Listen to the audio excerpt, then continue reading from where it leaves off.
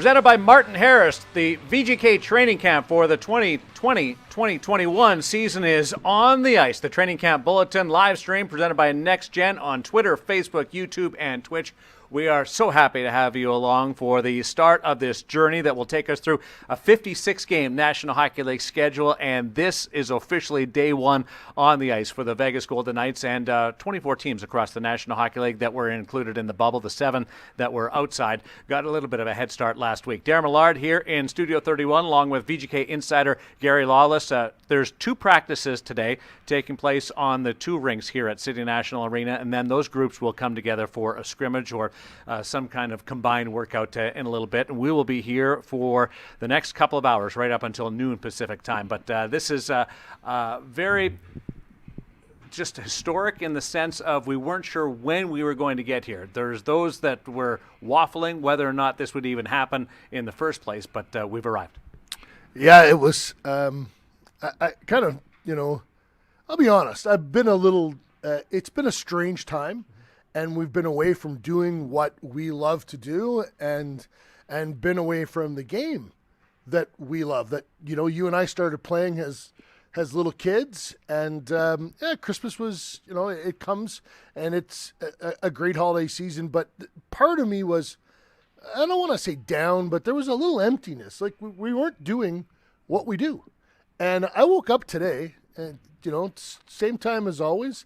And just kind of like, after my first cup of coffee, I realized that I was whistling and I was walking around the house, and my wife and my daughter were like, "Oh, Scrooge is gone. Yeah, where's the grumpy guy?" Yeah, where's the? So, this is it's not a game today, and we're not there yet, but it's coming, and it's very exciting. I think that there's a lot of unknown. We've watched what's happened with Major League Baseball. The bubble, once they got into the bubble, and you and I talked a lot about this for the playoffs this summer, once they got there, I didn't expect a breakout of COVID cases.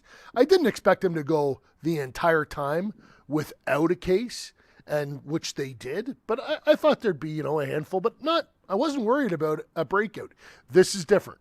About an outbreak. This is different in the sense that the players are going to travel. They're going to be in different hotels. They're going to be at different banquet facilities within those hotels, different dressing rooms. Guys are going to get sick. There are going to be positive tests along the way. So there is a great unknown into what we're doing now. I'm extremely pleased with what the NHL and NHLP were able to accomplish to get to this point. And we've seen the protocols that are in place here at City National Arena that Jay Millette, who's the director of sport and fitness for the Golden Knights, he is executing, and it is very rigorous and stringent. So I do think that the Golden Knights will do a great job on that, but there is some unknown here. It's a 10-day training camp for the Vegas Golden Knights, and Pete DeBoer and company are out on the ice. Training camp bulletin will be here every day that the Golden Knights are on the ice, bringing you the training camp bulletin brought to you by NextGen. So we have 2 groups on the ice right now. Pete DeBoer is with one of those, and we'll eavesdrop at times on the practice and let you just listen in, because we know public access is not allowed at City National Arena during these times. And then there's other occasions where we'll take you through some of the more high-profile stories that are taking place around training camp for the VGK this year. Robin Lehner at one end, Marc-Andre Fleury is at the other. Goaltending will be a storyline throughout the year. Had a conversation with Pete DeBoer the other day, and my co-host asked him about the goaltending, and I said, "Aren't you glad that I didn't ask that first question?" And Pete said, "That's the first and last time that I'm talking about goaltending," because he knows it's going to be a popular subject, and he went through that during the training camp. That he's got 2 goaltenders, and it's going to be a major advantage when you get into the game every second day route that the Golden Knights are certainly going to play out of the gate. And then there's a couple of little 3-day gaps, but in the backhand of the season, they play a majority of their games on consecutive days. So he's going to need both. He's going to need both. And I'm interested to know if he is going to revert to almost a strict rotation like he had in the regular season last year, or if he'll go to more of a defined number one and a backup like he did in the postseason. That to me will be interesting. You're a goalie. I'll ask you this: throughout the schedule, you play the same team twice every time, right? And sometimes you play them 4 times in a row. I think it's only once that the Golden Knights have that. But so you play Anaheim on opening night on the 14th, and then you play them again on the 16th, and that's the way your schedule goes throughout. Is there an advantage to a coach to be able to change that goalie, and almost like a pitcher? You see the righty on Friday night, and your batting order goes through that guy, and then you see the lefty on Sunday afternoon, and your batting order has to adjust to that guy. It's not like one's a southpaw and the other one is a regular catcher, but they are very different goaltenders. They're extremely different. So that, to your point, is really intriguing in what you can throw at another team.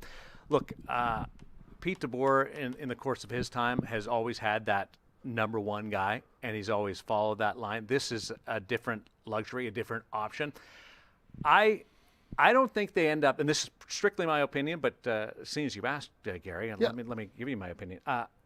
I don't see them going with a total rotation. I wouldn't be surprised if you see a 60-35 type split kind of thing. I know that doesn't add up to 100. That doesn't add up to 100, so that's not going to happen. That gives me some wiggle room, Gary. That's the wiggle room in there. But I think you'll see like a 60-40 type split, maybe two games for one guy and one for the other, and whoever's the hot hand at the time.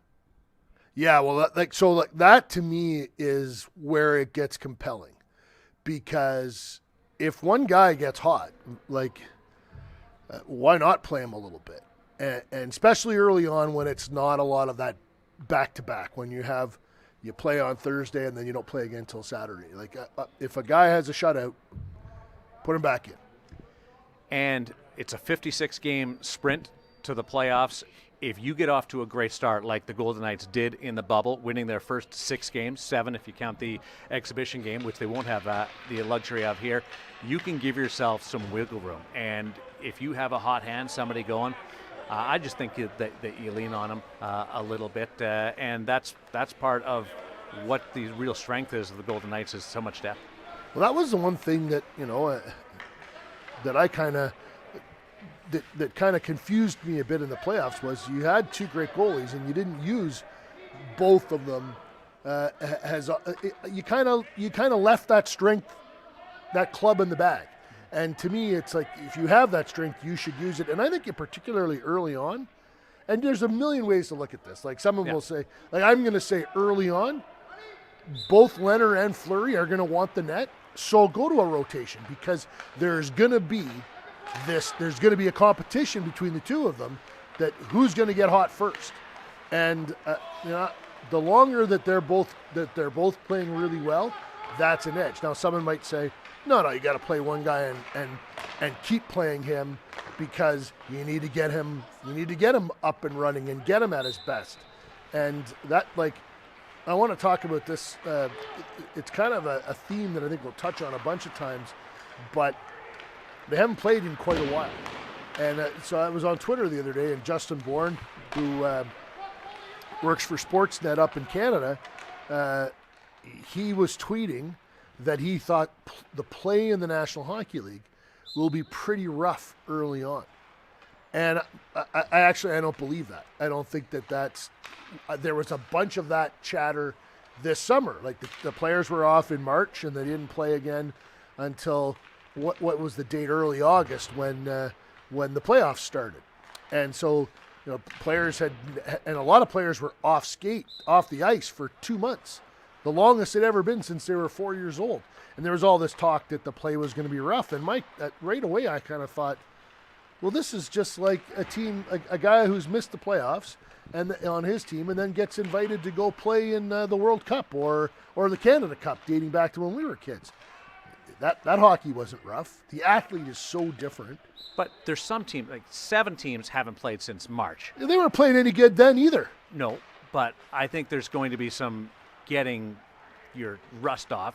And then there's other clubs that were in the bubble, like Montreal's changed over half of its roster with no exhibition games. I think that could take a while. There's a couple of teams where I think rust or just getting into the routine and familiar with each other is going to be a factor. The Golden Knights, who have been skating for so long in the last couple of months, and then really ramped it up when Phase 3 from the summer became part of the routine here. That's not a concern. It's been 34 days since they started having structured skates here on November 30th. If you participated in all those structured skates that were available to you, and a lot of guys did, the majority of guys did, you've already had 21 structured skates. And by a structured skate, I mean with a skills coach out on the ice, putting you through drills, not a scrimmage where there's a case of beer in the dressing room and you throw the jerseys in the middle, like captain's practices in the summertime. These were structured skates run by an NHL caliber coach, putting them through their paces, and with NHL goalies on the ice. I expect this camp, the Golden Knights camp, to be very brisk and really high paced. And when they play Anaheim a week from this Thursday at T-Mobile Arena on January 14th, we don't know the time of that game yet, do we? Not yet. Coming out later today. Yeah. Well, let's guess at 7 o'clock Pacific time. When that happens, I expect the Golden Knights, I don't know what Anaheim will look like because I haven't been around them. I expect the Golden Knights to be rolling. Gary Lawless in mid-season form as he's declaring start times ahead of the National Hockey League and making the rules as he sees fit. So I appreciate that. The Training Camp Bulletin presented by NextGen. Let's say hello to our VGK Worldwide viewers watching around the globe in Gothenburg, Sweden. It's Michael on Facebook, Mr. KB on Twitch from jolly old England.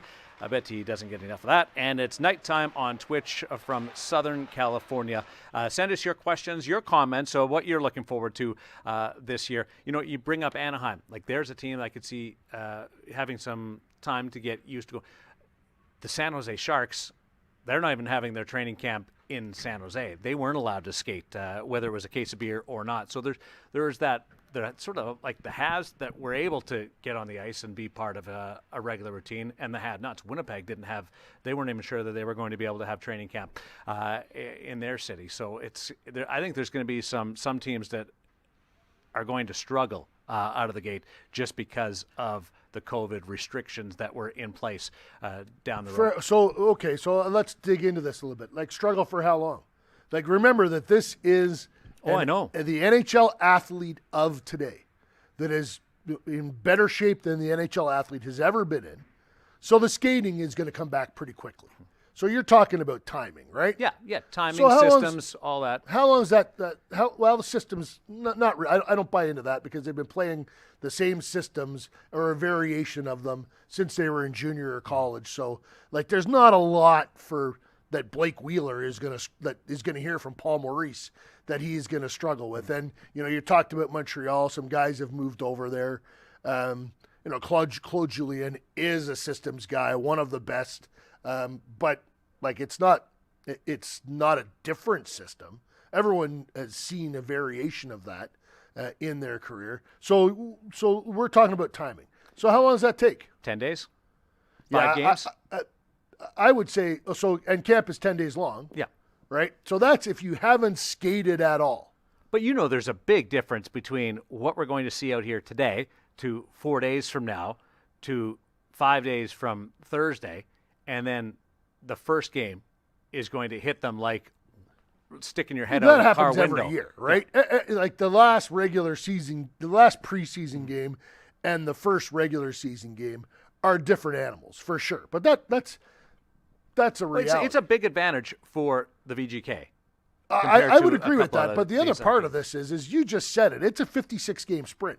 And those teams in Canada, those 7 teams in Canada, one of them's going to the Final Four. One of them is going to be closer to winning the Stanley Cup. One of those teams. Well, Winnipeg went to the Final Four, lost to Vegas in 17-18. But Canadian teams don't get to the Final Four very often. It's been... Ottawa went a couple of years ago. They went to the Eastern Conference Final. But they haven't won the Stanley Cup since 1993, a Canadian team. One of them is, one of those teams right now. One of those Canadian teams, bang, is going to the Eastern Conference Final. And you said it, it's a sprint, not a marathon, 56 games. I think the mental part of it this year is going to be way sharper. And the competitive juice right off the bat, let's face it, some games in October, like you're thinking about, you're a veteran team that knows that you're built to go to the Stanley Cup. It's tough to get geared up in October knowing that you're trying to play on June 15th. Like that's where you're trying to get to. There'll be none of that this year. Right off the bat, we need to get in the playoffs. And I think you'll see a brisk workout from Pete DeBoer because they've had so much time on the ice already as a complete group, being able to work somewhat in their familiar lines and pairings that you can really get down to business quickly. So today's the first day of on-ice workouts for the Vegas Golden Knights. Marc-Andre Fleury and Robin Lehner, part of this group that's on the Summerlin Hospital rink here at City National Arena. There's another group over on the Star Nursery Arena, and they'll come together for a combined effort and possibly a scrimmage on this opening day. And we'll be with you right through this on-ice session here from Studio 31 on the Training Camp Bulletin presented by NextGen, as training camp is brought to you by Martin Harris. The Vegas Golden Knights launching their fourth training camp, but officially the first under Pete DeBoer. Are you having trouble at all keeping track of the calendar, the way it works, because we're so off kilter? Really, Pete had his camp in the summer, which this should be October 1st, right? Yeah. You know what I mean? Like, or the last week of September, and it's January 4th. Yeah, no, I like having a kid in school has kind of kept me aligned with the calendar, but work-wise, it was weird. Like December was kind of our off season because the team played, there was a break from March to the start of the playoffs, but you didn't log off. We created content throughout that whole time. Then you had the playoffs, then you had the draft, then you had free agency, and then you had like this uneasiness of when are we going to play? Like as far as, and I'm not complaining. Don't take this as woe is me. But as far as like time off, like a real normally you go to your cottage in PEI and I go to my cottage in Manitoba and you unplug the phone for a little bit. Well, you do, I don't, but you know what I'm saying. That didn't happen. Like there hasn't been that disconnect. So there's a bunch of stuff about this that has been strange. Not including, wearing a mask everywhere you go and not really going to a lot of places. But we do have the sights and the sounds of training camp hockey, which is back here on January 4th. VGK Training Camp presented by Martin Harris Construction, as we bring you the Training Camp Bulletin presented by NextGen. The players going through their workouts, line drills, and up and down the ice. We should mention Alex Pietrangelo in a VGK uniform for the first time officially at training camp right now. We're following Cody Glass and what he looks like. So there's a few different storylines that we'll get to through the next few hours. You're in mid-season form. Just rattled both sponsorship details out there perfectly. I've been focusing on that in the off-season. Thank you to Martin Harris and to NextGen for sponsoring. That's really important that we have them on board as we embark on this. Before we get into the camp storylines, I want to ask you a little bit about some pre-camp storylines. What did you think of the trade rumors?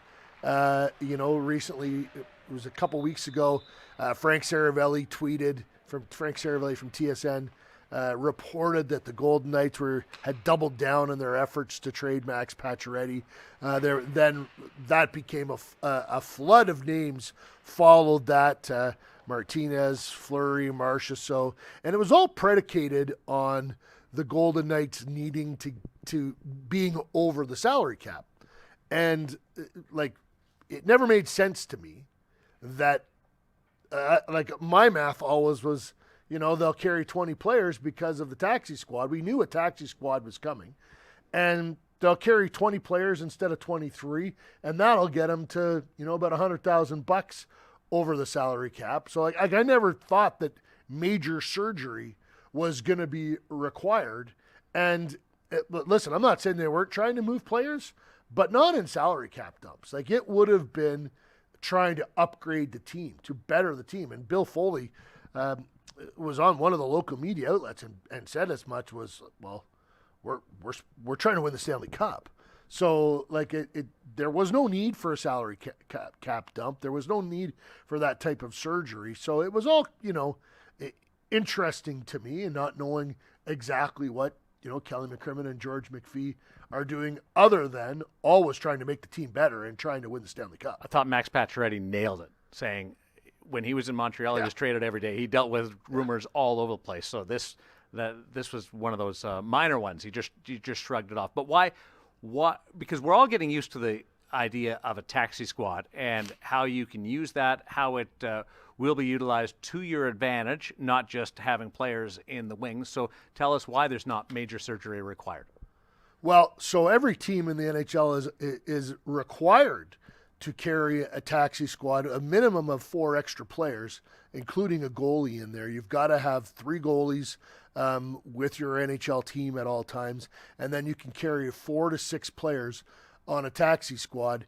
And those players on a recall, if you have an injury and you need to recall one of those players, there's like those players sit there and they do not count against your NHL salary cap. They practice with the team, they travel with the team, and they're available in a rapid recall. Like if a player gets hurt in the morning skate, you can recall one of those players up until, I think it's 5 p.m. Eastern, 2 p.m. Pacific. You can make a change with one of those players. So it's not, it gives you that you carry extra players during the regular season so that if the coach if there's an injury, the coach can make that change, without, normally your players, your American League guys are in another city or playing somewhere else, or they're not always accessible. So you have a couple extra guys on your active roster that are with the team. There's always a couple scratches. Well, now you've got 4 to 6 of them hanging around all the time that do not count against your NHL salary cap. And if a player is waiver ineligible, Vegas doesn't have a ton of those. I think Cody Glass might be one of the very few. They can go back and forth without worry of losing that player to waivers. Now, the other factor, like Montreal went and signed Michael Frolik and Corey Perry for that express purpose.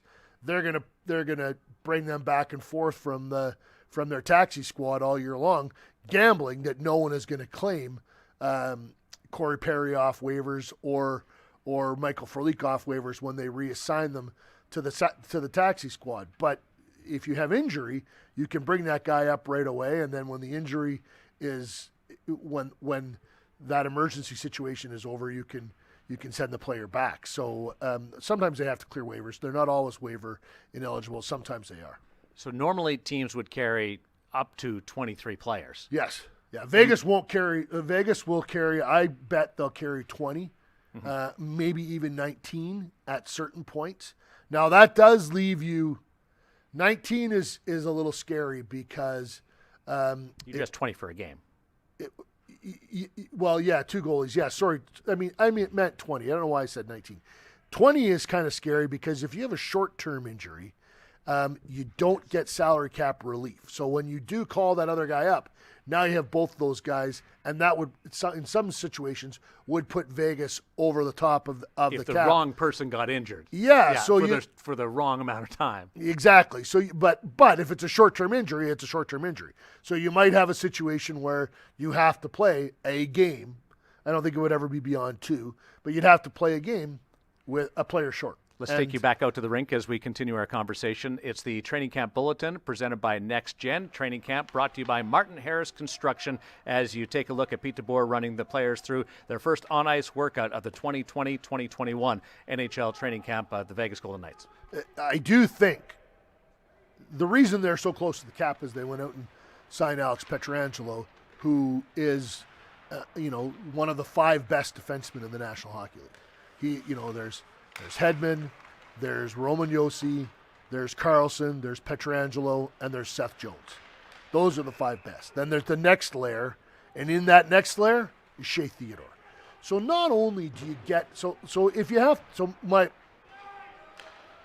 have to play a player short in the regular season for one game, or maybe it happens 3 times over the regular season, like I think that would be in a real extreme circumstance. Has happened a couple of times. For sure. But if you said to me, you can have Alex Pietrangelo, but you're going to have to do this, or you can't have you won't have to play short a couple of times, but you can't have Pietrangelo. I'm taking the player. This is one of the best players in the world. This is a captain of a Stanley Cup team. This is an Olympian, and a guy who's going to be on the Olympic team for Canada in 2022 if they end up going. But that also gives you not just Shea Theodore, who's a top 15 defenseman in the NHL. It gives you a pairing, 2 guys. One who's in the top 5. You have 2 top 20 defensemen in the NHL. Almost nobody has that. What that does to you in a whole bunch of different situations that we'll talk about as we go forward, it just makes you a way better team. VGK Fan 91 on Twitch asking how will Alex Pietrangelo fit with the team, and that takes us into D pairings. We'll go through some lines as well as we continue on, but who do you put with Alex Pietrangelo? Do you load up with Shea Theodore, or do you split them up? Well, this is the thing about Pete DeBoer, is he has pairings on the whiteboard, but he's not afraid to change and to do all kinds of creative stuff. So I think if you're behind in a game, late in the game, second half of the third period, you need a goal, Pietrangelo and Theodore play together. Regular game starts 5-on-5. You play Theodore with Martinez. You play Pietrangelo with, one of the other 3 guys. Whether it's if I wish White Cloud shot the other way, because I think that would be a tremendous pairing, and then you could have Holden and McNabb as a real nice 5-6. There's going to be injuries, so you've got Coughlin and Haig ready to be inserted as well. I think they'll both be on the taxi squad and eligible for the Golden Knights at all times. I think if you're behind, if you're ahead in a game, and you decide you're going to shorten that group a little bit, you might play Theodore and Pietrangelo together as well. There are lots of different. I think Pete DeBoer and Ryan McGill they'll have them on separate pairings, but they won't be afraid to change that up. And late in a period, offensive zone faceoff, you're throwing those 2 guys out there. If the puck gets back there, Pietrangelo can get it through, and he does have a bomb, and Theodore has a real quick shot that he gets through as well. So I just think that there's a lot of unique things you can do with these 2 guys. Pietrangelo has just this freaky, unique ability to get the puck through to the net. Gets on the net. Shea Theodore has really excelled at that, certainly in the last year and a half. The whiteboard, this is one of my favorite parts about the Training Camp Bulletin presented by NextGen, that going back to the summer and now at the start of the 2020-2021 Vegas Golden Knights Training Camp, is being able to kind of just watch and see what happens in a National Hockey League practice as Pete DeBoer runs his players through the start of this camp. And we watch the players execute very high-paced, a lot of jump, quick drills, and at some point we expect a scrimmage during the course of this opening day. Mike Rossotti's out there, goaltending coach for the Vegas Golden Knights. Mike coming over midway through the season. Ryan Craig is also out with Pete DeBoer on this with this group. Ryan McGill and Steve Spott, the other 2 assistant coaches, are working with the teams over in the Star Nursery arena. So Alex Pietrangelo will see a lot of different looks. Do you think that's why we might see just a little bit more scrimmaging during this camp than we saw during the summer, where there was so much focus on systems and really implementing Pete DeBoer's approach? Well, I think, I don't know if it's just because of the addition of Pietrangelo, because again, this is a guy who's, he's seen a lot. He's had a variety of coaches there, from Hitchcock to Mike Yeo to Craig Berube.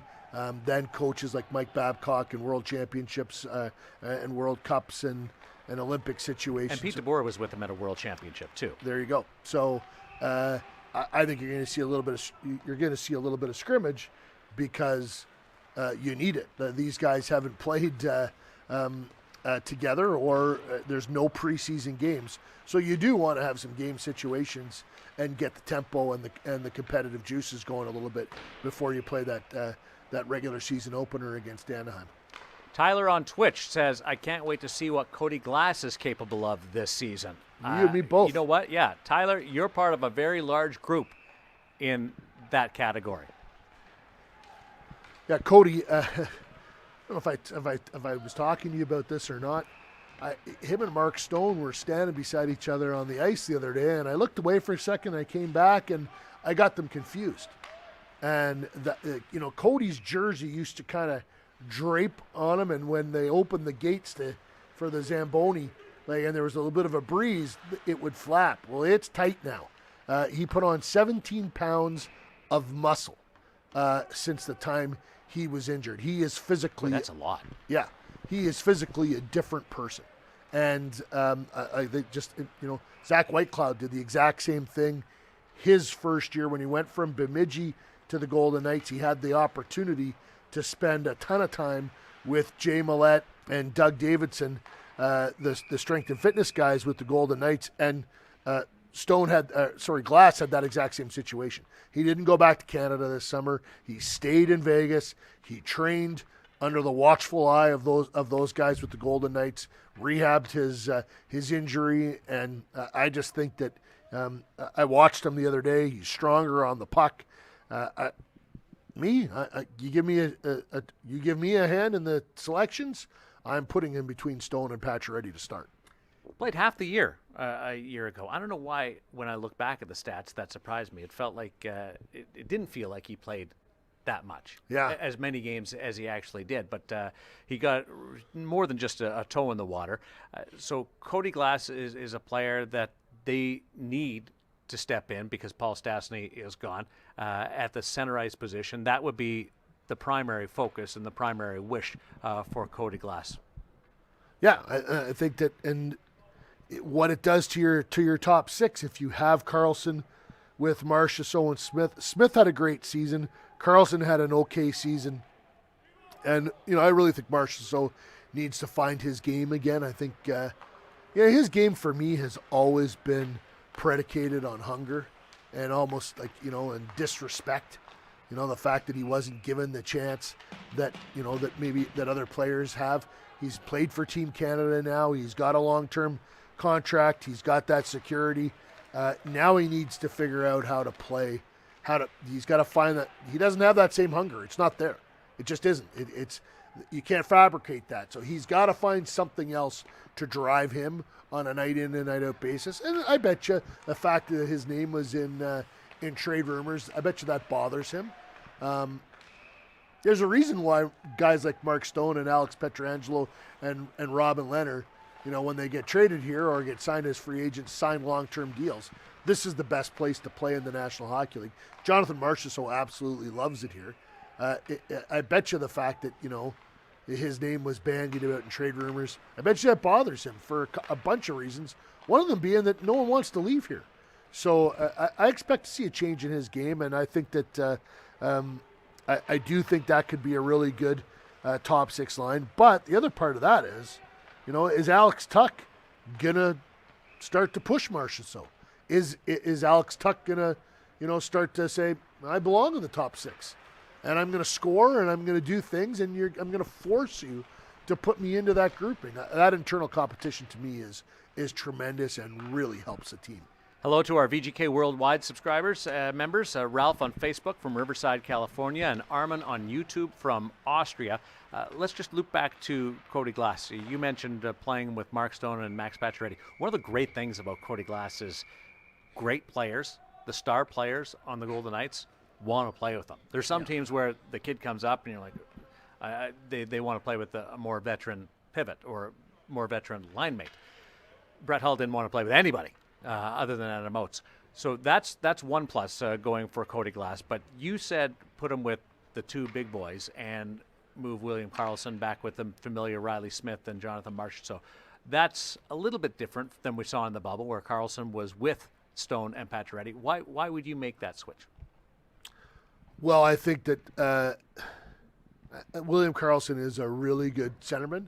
I think he is a top-tier second-line centerman. I think he's a middle-tier first-line centerman, and I think Cody Glass has an opportunity to be a really good top-tier centerman and the first-line centerman. I think Cody Glass has a lot of Mark Scheifele in him in terms of development process, and Scheifele was very similar.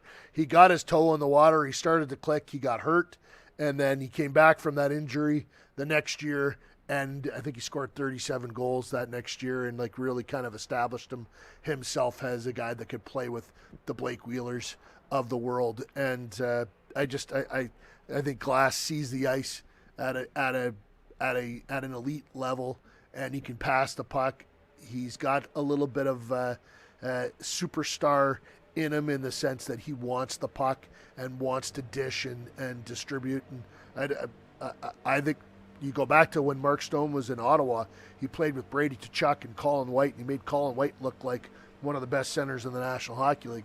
Colin White hasn't looked anything like that since Stone left, and I think that Glass could really benefit from playing with him and Pacioretty, and vice versa. Two quick observations. One, that was Marc-Andre Fleury, who is a future Hall of Famer, and he's when the Zambonis are coming on the ice, he's the guy picking up the pucks and moving the nets around. So just like he doesn't rest on anything. He's just a regular hockey player, and he doesn't have to do that. Usually it's the younger guys or the Zamboni guys come out and do it. So appreciate that. Number two, I've watched you scrimmage on your Friday night league, and you don't do that. No, well, you only have a couple of pucks. You're big time. You big league it out there. Yes, Let's face it. I tend to do that. I'm busy piling up the snow along the line.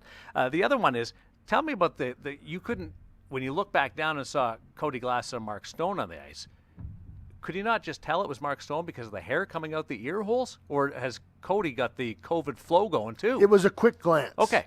And I think Mark might have had his hair slicked back that day. There was no hair coming out of the ear holes, but it was just they were skating beside each other at another point in time, and I just thought he's as big as Stone. Yeah.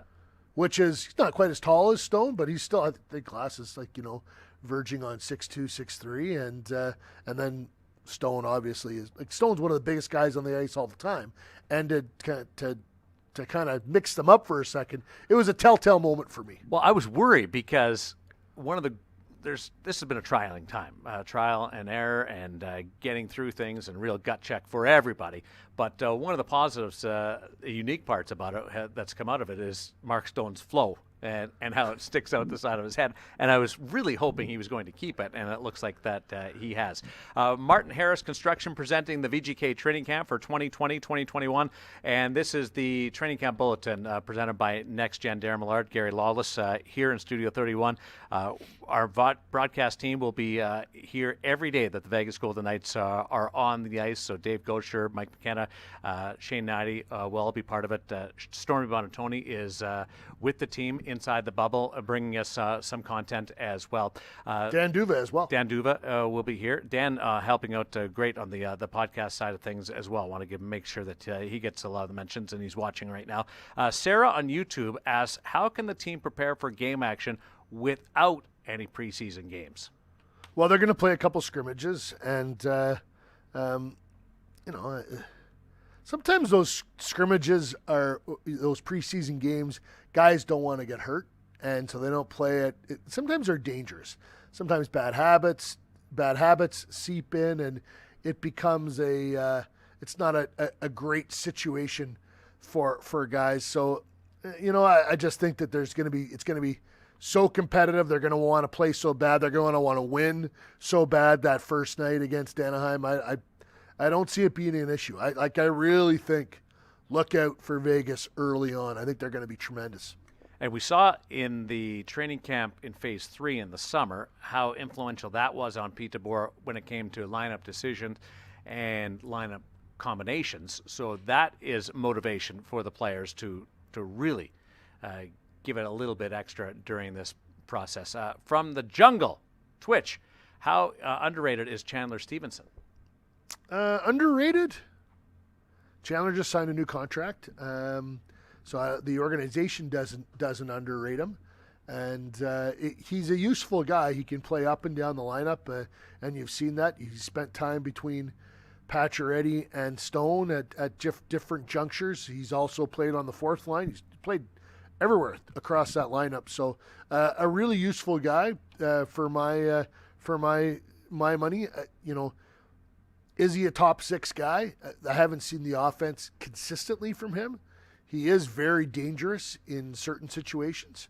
So that'll be interesting to see, where he fits in and where he stays over a long period of time.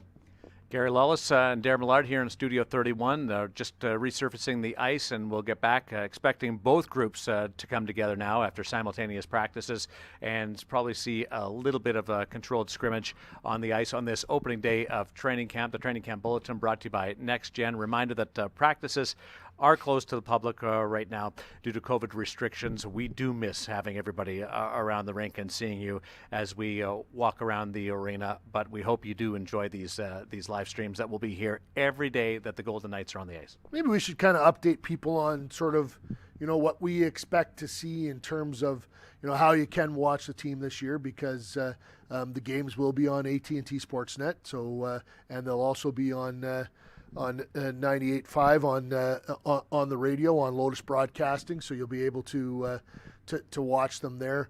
We will do the home games. This is what we believe is going to unravel. We'll be at T-Mobile, and so it'll be like a regular game for us, broadcasting the home games and the road games right now, as things situate right now. Shane and Dave will be in these seats doing the games off monitors here. Dan and I will be in another studio that we have doing the games off monitor there, and you and Mike and Stormy will be doing we'll be doing your thing at T-Mobile, and then we'll have a studio, I think, sort of set up in Mackenzie River. That's go ahead. No, I was just going to say, I'm just looking forward to Lawless and Order in person and in the rink again.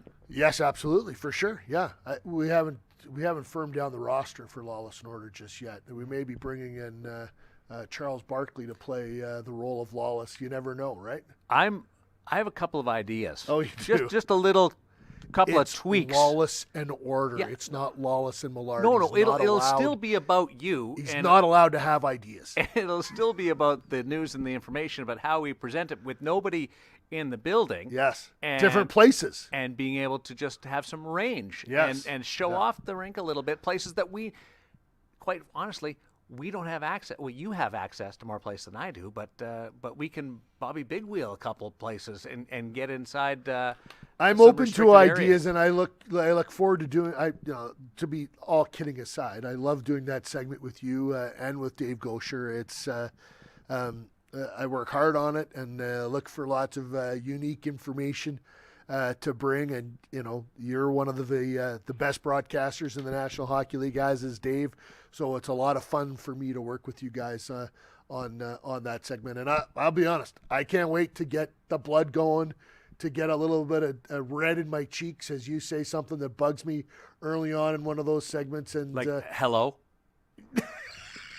So just something random that gets under your skin. Hello, hi Gary. Right under his skin. He has a way of doing it to me. I don't know what it is. Thank you to our subscribers on YouTube and Twitch. If you haven't already smashed that subscribe button, hit the notification bell, and get the latest videos right when you post them. Let's go to the NextGen Rink Cam, Training Camp Bulletin, brought to you by NextGen, as Alex Pietrangelo has made his way out onto the ice as we get our first good, solid close-up look as they have changed the sweaters and have come out with names and numbers, which gives me the indication, Gary, that we're going to see our first scrimmage. There's Logan Thompson, goaltender that was signed just before the return to play last summer, was not eligible to be with the team in Edmonton, but has been training and working out with the team really since last summer. He's been around. He's got the new pads. He expected to be with the Henderson Silver Knights. He has a and Oscar Dansk, whether or not they play in Henderson or not. But the goaltending coach of the Henderson Silver Knights was announced yesterday. And that's Fred Brathwaite, one of the great guys around the National Hockey League, was a goalie coach of the New York Islanders, worked with Hockey Canada for a number of years, was a goaltender for a number of years in the National Hockey League, and he's a true great guy. Couple things. You are kind of an equipment Geek? Yeah, sure. I was going to say savant, but geek will work. Those numbers on the shoulders on the practice jerseys, that's new. Yeah, I don't know. I don't recall seeing those in the past. I will take it as a broadcaster doing training camp streams. Yeah. That's a new wrinkle. Chris Davidson Adams and Jonathan Aitken doing some work for us, putting those in. Fantastic.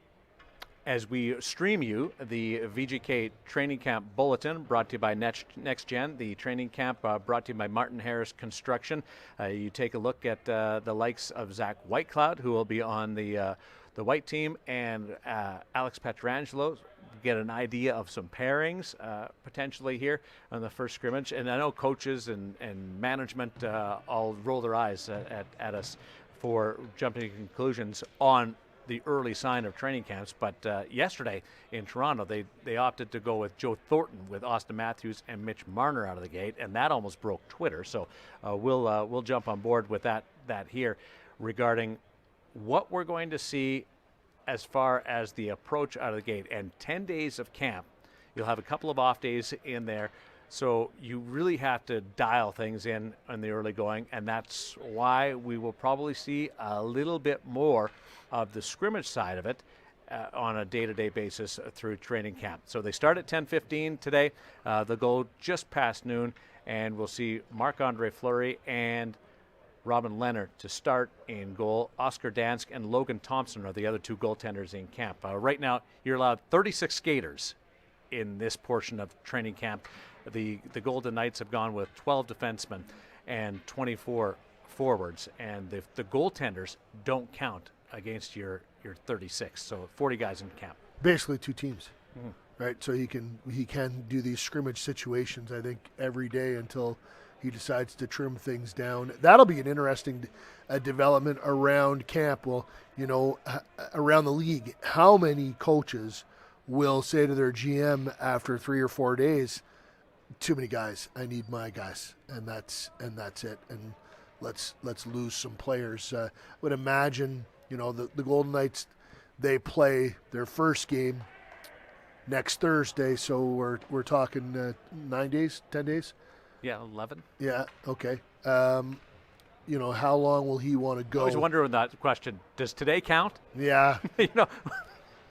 Don't get lost in my head, Gary. At some point in time, no, don't worry about that. At some point in time, he's going to want to trim down and just go with his group. And when that happens, I'm sure they've got a date sort of kind of penciled in somewhere. But a lot of that will, the coach will come off the ice at a certain point in time and think to himself, I'm not getting enough done just with my group. I need to be with my group and just have them and not have it kind of split squads, and he'll want his group together so that when he's talking systems, talking special teams, that it's the team he's going to use. Here's an observation, and I mention it only because it reminds me of something that you brought up last summer, and it's that we have an official on the ice for these scrimmages, and we weren't allowed, or the teams weren't allowed to have officials on the ice during last year and during phase 3. Yeah, this isn't a bubble. This is it's a hub, right? You know what I mean? So, and I'm sure that they've got some arrangement with the officials that the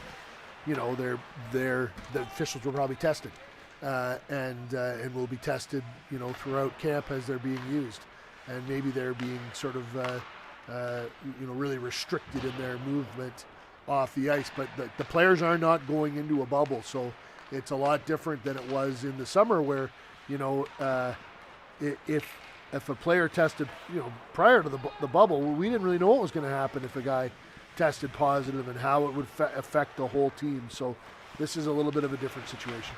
Shea Theodore out with Alec Martinez, and Alex Pietrangelo, I believe, was skating with Braden McNabb. It was Chandler Stevenson between Pacioretty and Stone to start this scrimmage. Cody Glass on the ice for his first shift of the training camp scrimmage.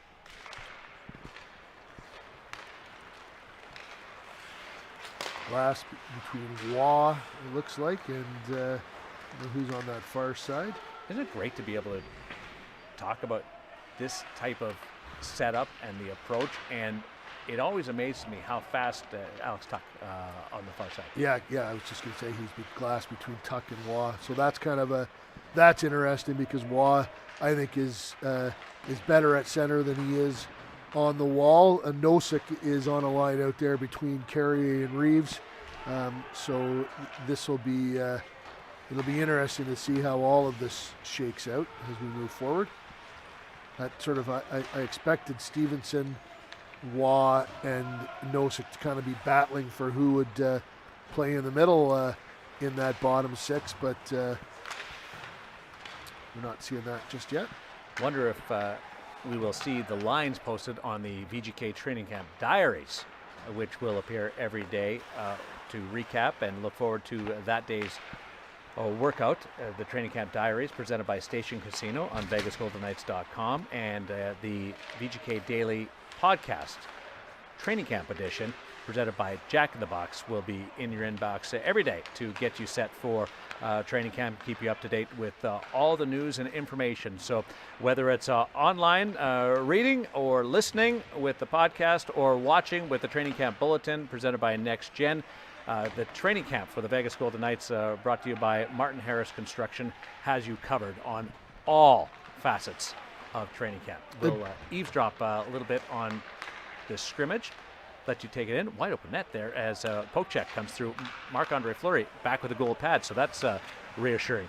We'll let you listen and take in the sights and the sounds of the training camp as we continue to stream VGK Training Camp, brought to you by Martin Harris Construction, NextGen, bringing you the Training Camp Bulletin here from City National Arena.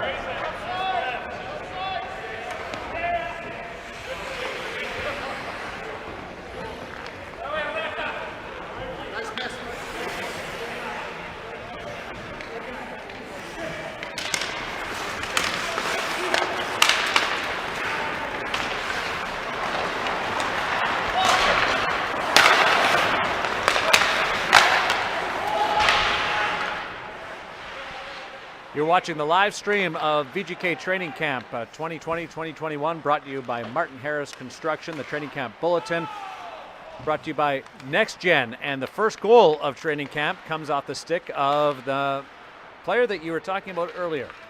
And that's Jonathan Marchessault playing with his familiar line mates as he goes 5-hole along the ice on Robin Leonard. So we're out and we're rocking as Marchessault leads training camp scoring, Gary.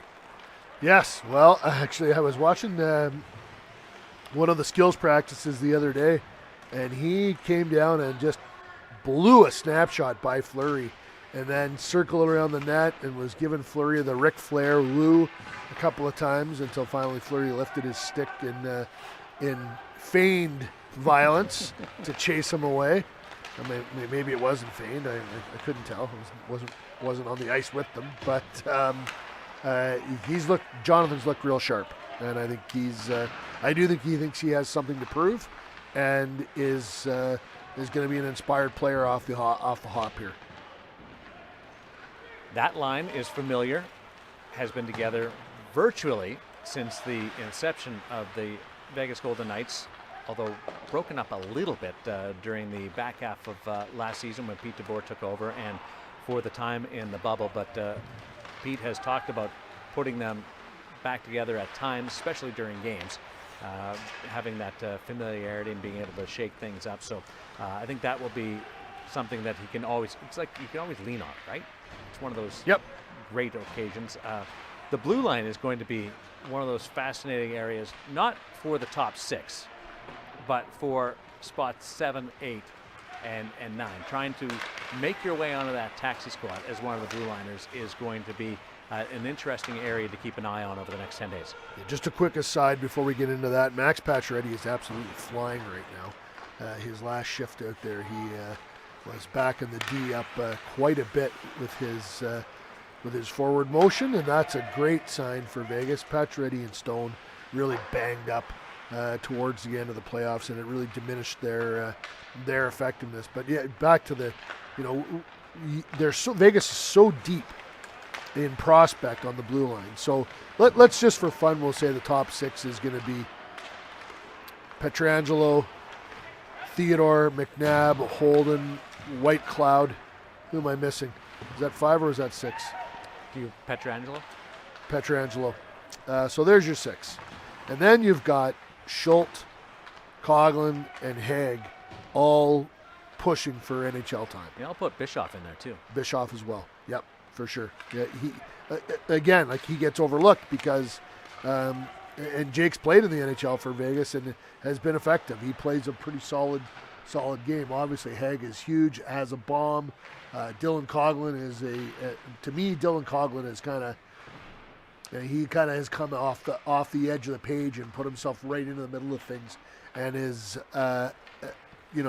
he's right there with Haig for me in terms of who would be the first call up were an injury to occur. And he has got a hammer of a shot, and he gets it through, but he's also really benefited in the American League and gotten better in his 200-foot game. So he's a player to watch. Yeah, but I would agree with you that from 6 to 9, that the battle for those spots is going to be interesting. With the schedule playing every second day and even more jammed up at some cases, especially during the course of the month of March, being on the radar, which is the taxi squad, is going to be a huge accomplishment, not just riding shotgun, but being there when and if you're called upon. Is going to be more significant this year. And again, we'll watch and see how the taxi squad fluctuates. Kelly McCrimmon's hinted at being able to move players in and out when the American Hockey League and the Henderson Silver Knights get up and running. Looks like everything is zeroing in on an early February start for everybody in the Silver Knights side of things. So being able to get some game action and sliding back and forth to the taxi squad of the Vegas Golden Knights is going to be something that's going to be a huge luxury, especially with now being in the same city. Thank you for watching and contributing. If you have questions and comments, please let us know. Kathy on Facebook asks, is that the real official out there? Well, we've done some investigating, Gary, and your Your level of being able to sift through information and get to the bottom of the story never ceases to amaze me, how you were able to get to the root of the matter and the official news. And, glove save by Marc-Andre Fleury, who does the windmill. But who is the official out there? It's Ryan Craig. So after all that talk about this not being a bubble and a hub, and turns out that they just took one of their coaches and put a referee's sweater on him, and he seems to be very good at dropping the puck. He hasn't called any penalties. Well, he did this during Phase 3 last summer, but he didn't wear the referee sweater. Yeah, I wonder if he was a referee when he was a kid. You know, a way to pay for sticks and golf clubs and that sort of thing. Well, he's got the helmet on and everything. Going the assistant coach, which they don't generally wear the helmets. No, they don't generally. They aren't in the middle of the play like he is right now. So you don't want to get a stick in the head or a puck if something caroms off somebody's skate, et cetera, or if you get into a collision, you don't want to fall and not have a bucket on. So good idea. Silly Jilly on Twitch says, can't forget the Wolves players haven't played a game since March, and that's a great one. Some of these players most of them were, in fact, in the bubble with the Golden Knights. But and that was significant just to get reps. Peyton Krebs, we saw the huge advantage that was, who's taking part in the World Junior Hockey Championship. The semifinals today, Canada against Russia, and Team USA takes on Finland. Caden Korzak and Peyton Krebs on Team Canada vying for a spot in the championship, which will take place in Edmonton tomorrow, and Brendan Brisson playing for Team USA. And boy, has he ever elevated his play and become more and more counted upon by Nate Lehman, Team USA head coach, as the tournament has moved on for Team USA. So 3 VGK prospects to keep track of in the semifinals of the World Junior Championship today. Korzak and Krebs, as we see a breakaway for Ryan Smith, chased down by Zach Whitecloud, and Ryan Smith scores. Riley Smith scores, and Riley Smith and Jonathan Marchessault have accounted for both goals in this training camp scrimmage. So that line centered by William Karlsson, effective out of the gate. Nice move by Riley Smith, and good wheels as he holds off Zach Whitecloud. These guys always seem to be a little bit ahead of the rest of the Golden Knights, and I think part of it is they are everybody's in great shape, but those guys, they having played as much together as they have, they're that timing and that getting together sort of thing, that getting in sync, takes them, while it might take everyone else a game or two, they're ready to go right off the bat. Krebs and Korzak playing in that World Junior Championship tournament. They will both report to Vegas after the tournament in Edmonton, whether they are playing in the gold medal game tomorrow or the bronze medal game. Brendan Brisson will return to the University of Michigan for the remainder of his freshman season. But when Korzak and Krebs arrive in Vegas, they'll have to go through a quarantine before they're allowed on the ice, and then there have to be some juggling with the roster because of the 36 skater limit. But that's the status there. 2-0 for the Dark team here in this first training camp scrimmage at City National Arena. Hope you're enjoying the training camp bulletin presented by NextGen as the Golden Knights are on the ice for training camp 2020-2021. Sponsored by Martin Harris Construction. Marc-Andre Fleury and Robin Leonard, the 2 goaltenders. At the start of scrimmage, Oscar Dansk and Logan Thompson are the other 2 goaltenders here in VGK training camp. Will be interesting. Krebs and Korzak, they are bound by CHL rules. They're both are CHL players, and as such, they can play in the NHL. They cannot play in the American League. And my guess is the taxi squad will be treated like the American League. If you're, so if you're up with the NHL team, you can play with the NHL team. But if you're not, you'll have to be in the Canadian Hockey League. The fly in that ointment is that both these guys are in the Western League, Western Hockey League, and they haven't figured out a way to play, a path to play yet. So a couple of things could happen. I think that the Canadian Hockey League, their agreement with the NHL, they may waive it for this season, for sure, if they can't find a way to play, I think they will for sure say to their players, you are free to play in the American League if you're 19 or whatever it is, drafted players.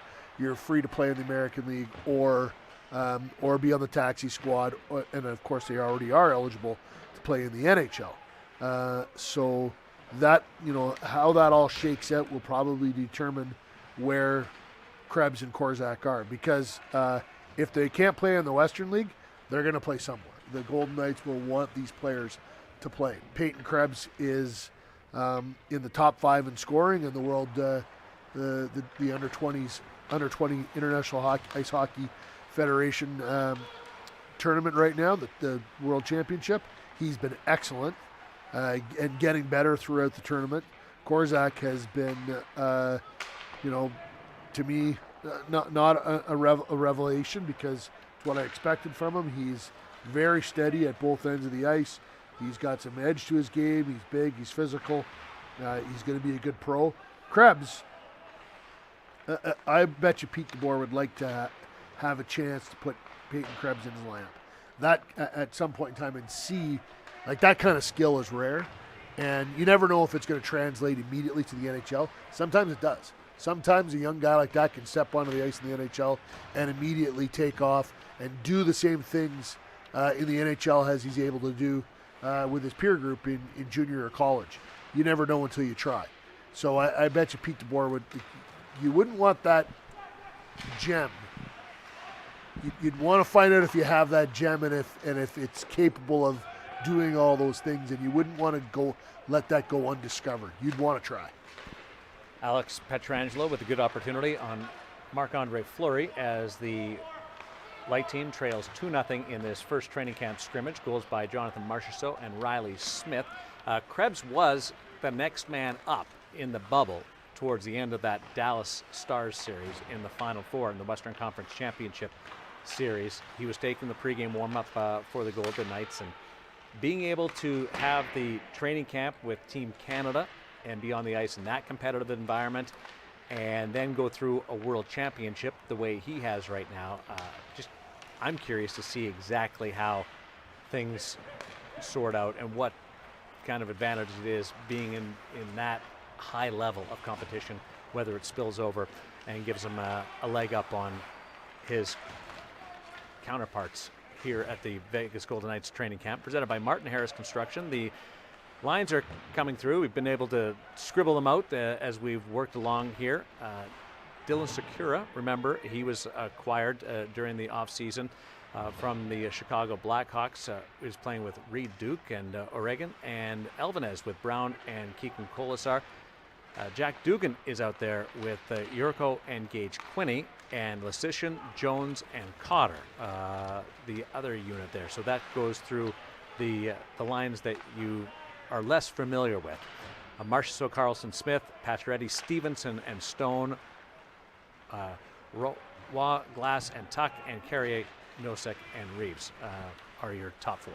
So some pretty cool stuff going on around in the whole NHL right now, because while the Golden Knights are still on the ice, other teams are already off for teams on the West Coast. So Bruce Cassidy, just following some stuff from Boston right now, has confirmed that David Pastrnak will not be ready to start the season. Brad Marchand just spoke, and he said that he's been playing at 80% for the last couple of years. He hasn't been able to run or sprint in a couple of years, and he had sports hernia surgery in September to repair that. Patrick Laine, who has... he kept us busy, occupied during the off season. A Yeah. lot of conversations about Patrick Laine. So he was just asked, his agent, Mike Liut, made a comment this past summer that it would be beneficial for Laine to be traded. Laine says he doesn't pay attention to what his agent says. And when asked about those comments, he said, "I'm here, aren't I?" So Patrick Laine kind of putting the trade request story way on the back burner. He's an interesting cat. He does not read from a script. the PR department in Winnipeg. Their PR guy is a very good friend of mine. He pulls his hair out quite frequently because Patrick does his own thing. He did his pre-draft interview in bed. You with you? Yes. Yes, I watched that. Yeah. So you're right. He does not follow the familiar So path. we got a minute for this. You're working for Sportsnet in Toronto on the draft show, and the lottery balls fall a certain way, and Patrick Laine, Winnipeg shoots up to 2, and so everyone knew that the Leafs win the lottery. They're going to take Austin Matthews. Laine is likely going to end up in Winnipeg. You get him on the phone. Was it what was it? It was the night before the draft lottery. Okay, so was it Zoom? What was it? Yeah, it was Zoom. Okay, it was Zoom. Okay, so he pops up on the screen. I'm Yeah. in the studio. He pops up on the screen, and I'm talking to the control room with the producer. And the producer and I at the same time say, is he in bed? And what is going on? And you have that moment of, He's not arrogant. no. It's not- that wasn't disrespect. Just casual. And It's just him. you have that moment of, can we air this? Yeah. Can we do this? And it was fun. It was unique. It was different. It gave us something to talk about when I first ran into him. The reason I say he's not arrogant, when I was a beat reporter in the American League, the Manitoba Moose had a guy named Fedorov, his older brother, Sergei Fedorov, one of the best players to ever play the game. Fedor thought he was Sergei. He was not. And on the rare occasion when he had a ton of talent, and once in a while it would all come together and he'd have a monster game. And you'd have to go interview him after. He liked to do his interviews from the massage table. Yeah, so you would Like have getting to, the massage? You would have to go into the room where the masseuse was giving him a massage, and he wouldn't look at you, and you would ask questions, and he would provide his answers through the muffle of that pad where you rest your face on the massage table. And it was not. You wouldn't crouch down so you could have the eye-to-eye You'd have to contact? lean down with your tape recorder. Yeah, for sure. And that was not just being quirky. That was one of the largest How'd that egos. go over with Gary Lawless? Yeah, well, I'm telling the story right now, aren't I? You're still in the league, Gary. Yes, he is not. He had he drove around Winnipeg in a Hummer wearing a fur coat, and he one day we were walking. So he was stealing My wheels Your and my style? jacket? Yeah. No, he wasn't. No. But one day we were walking into the old Winnipeg Arena, and there was an envelope in the parking lot close to his Hummer. And one of the guys picked it up and opened it up, and it was a check issued to Fedor from Sergei. He was on the payroll Oh, good. while he was playing in the American League. Well, if you can't have a rich family helping you out, then what's the sense of having a rich family? I forgot that the Millard, the largesse of the Millard family. I've never had anyone write me checks like that. No. Only a couple of times for me, and I was very grateful Yes. for it. So you brought up Patrick Laine. We got into that discussion. Isn't it interesting the top 3 picks from that draft and the history and the journey that they've been on? Jesse Puljujarvi is back in the National Hockey League and is going to try and carve out. He wasn't in the top 3. Pierre-Luc Dubois went right. third. Pierre-Luc Dubois. Yeah. So, sorry, top 3. I keep forgetting about the guy that went first. I think the next Austin 3. Matthews. The next Okay. 3. So, All right. Yeah. So No, you confused me there for a sorry, second So, because, yeah. I always put those 3 players in the same order, in the same grouping. Laine, Pierre-Luc Dubois, and Puljujarvi. So Puljujarvi is back in the National Hockey League, Yes. trying to make the Edmonton Oilers and carve out an NHL career. And Pierre-Luc Dubois just signed for 2 years, but there was a lot of speculation that he didn't want to go back to the Columbus Blue Jackets. Well, I don't think he does. I think he wants to. I think there's been and I don't know if that relationship can't be repaired. I think he does want to move on. The issue for him is, I would think, like all his counterparts, Matthews, Marner, those guys in Toronto, they play in the playoffs and he outplays them, and they're on $10 million deals, and he's down in Columbus and has to, scratch out a bridge deal. I think it's $10 million over 2 years, so he's making $5 million. Nothing to sneeze at.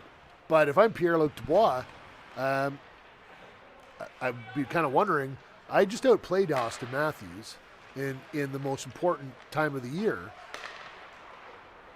Where's my break struck? You know?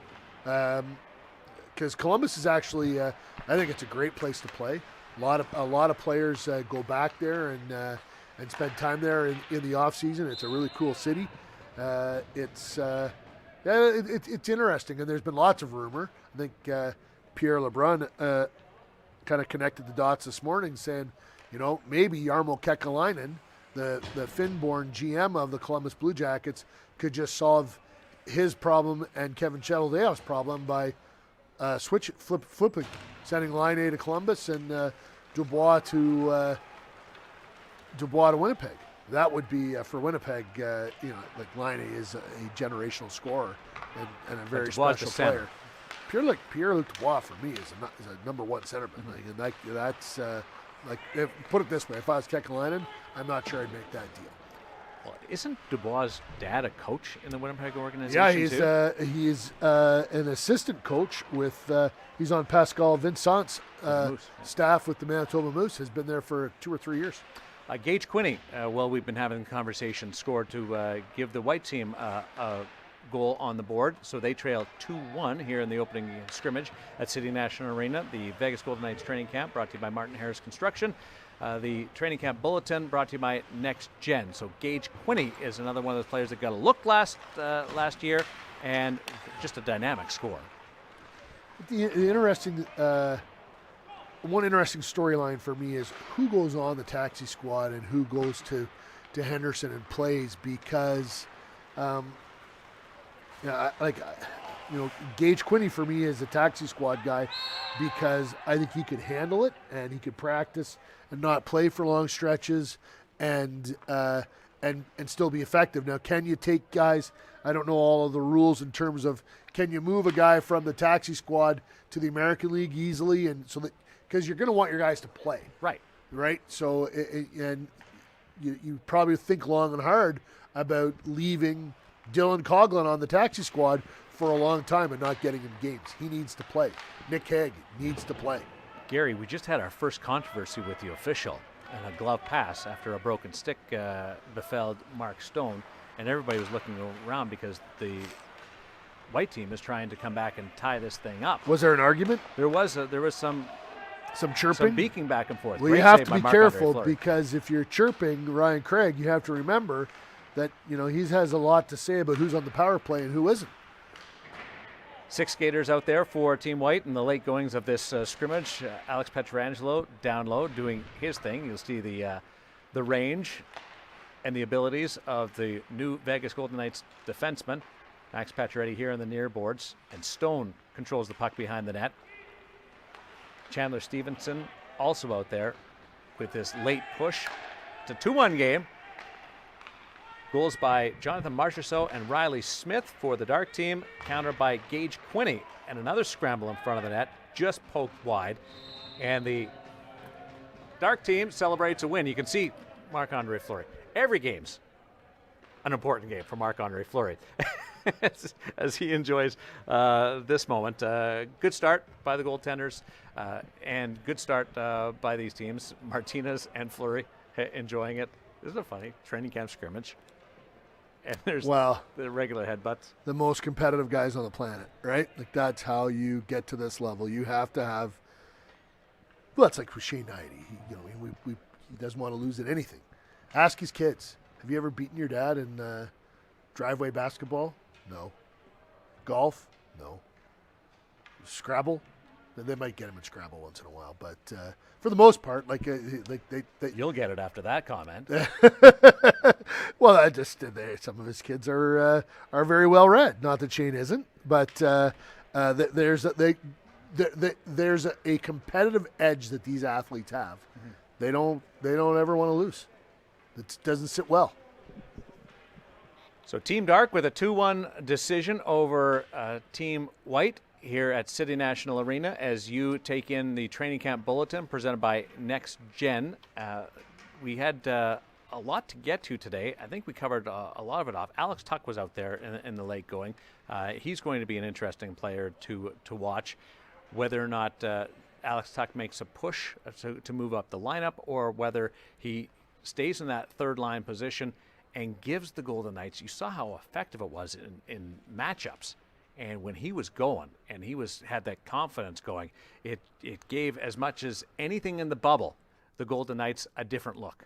Well, I think you want to have Marchessault going and holding that spot up in the lineup so that Tuck is on that third line and able to feast on, bottom pairing, deep pairings, and other third lines in the NHL. I think that he could have a monster season on that third line, and if that third line can develop and do a lot of real important good things, that's great for Vegas. And maybe that's a good place for Cody Glass to start in terms of he can play against he can get at advantageous matchups early on in the season, and then maybe he climbs up in the lineup later on.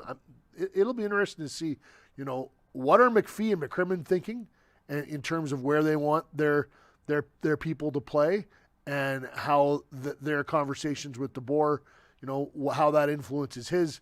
At the end of the day, it's his lineup card, and he's going to put who he wants out there and where he wants them. But let's not pretend that there's not conversations with the guys upstairs, because they have their thoughts too. Glass was the center with Nick Waugh and Alex Tuck, so it gives you two different looks at the center ice position with Waugh, who can also take face-offs, so there's an advantage there. You can shelter or play to your strong side with Glass and Nick Waugh. And there's another player who, what's the ceiling there? We don't know for Nick Waugh. Yeah, I think Nick Waugh is a middle six centerman.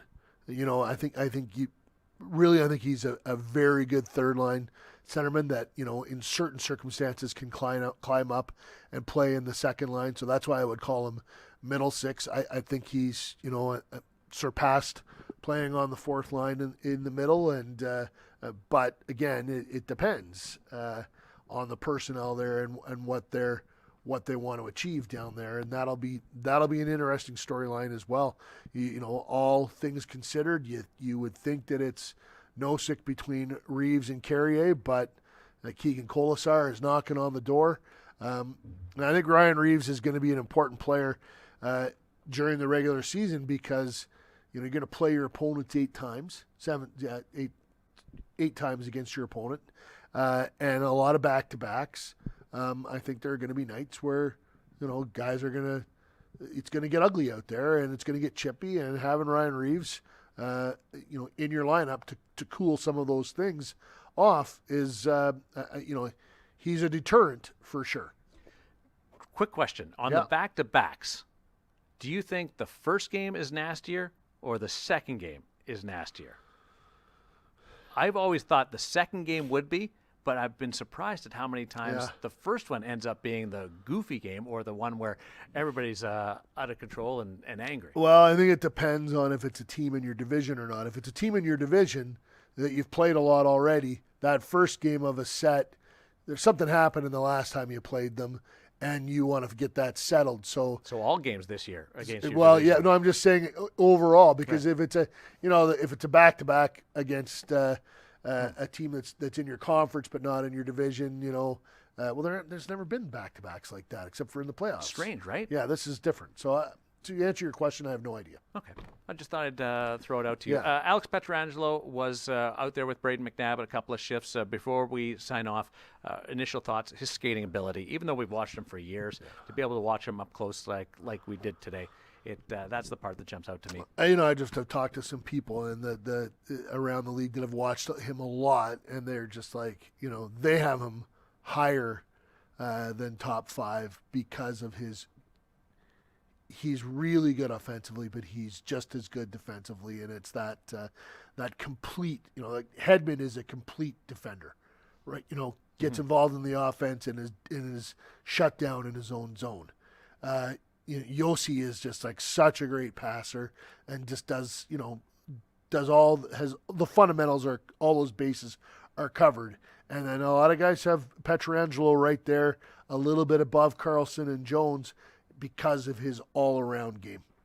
Training camp is underway for the 2020-2021 season for the Vegas Golden Knights. A lot to discuss. Tahoe being thrown around out there for the Golden Knights. We have line combinations. We have goaltending that we will continue to peruse over the next few days as we bring you the training camp bulletin presented by NextGen here at the Vegas Golden Knights training camp, brought to you by Martin Harris Construction. We'll be back here tomorrow morning around 10:15 as the Golden Knights take to the ice for their next skate. No, not you. It's Dave and Shane, I believe, tomorrow, but we'll be rotating through. For more on the Vegas Golden Knights training camp, check out the Training Camp Diaries brought to you by Station Casino and the VGK Daily Podcast Training Camp Edition brought to you by Jack in the Box. So for Gary Lawless, I'm Darren Millard. Hope you enjoyed the Training Camp Bulletin brought to you by NextGen. We will chat with you tomorrow.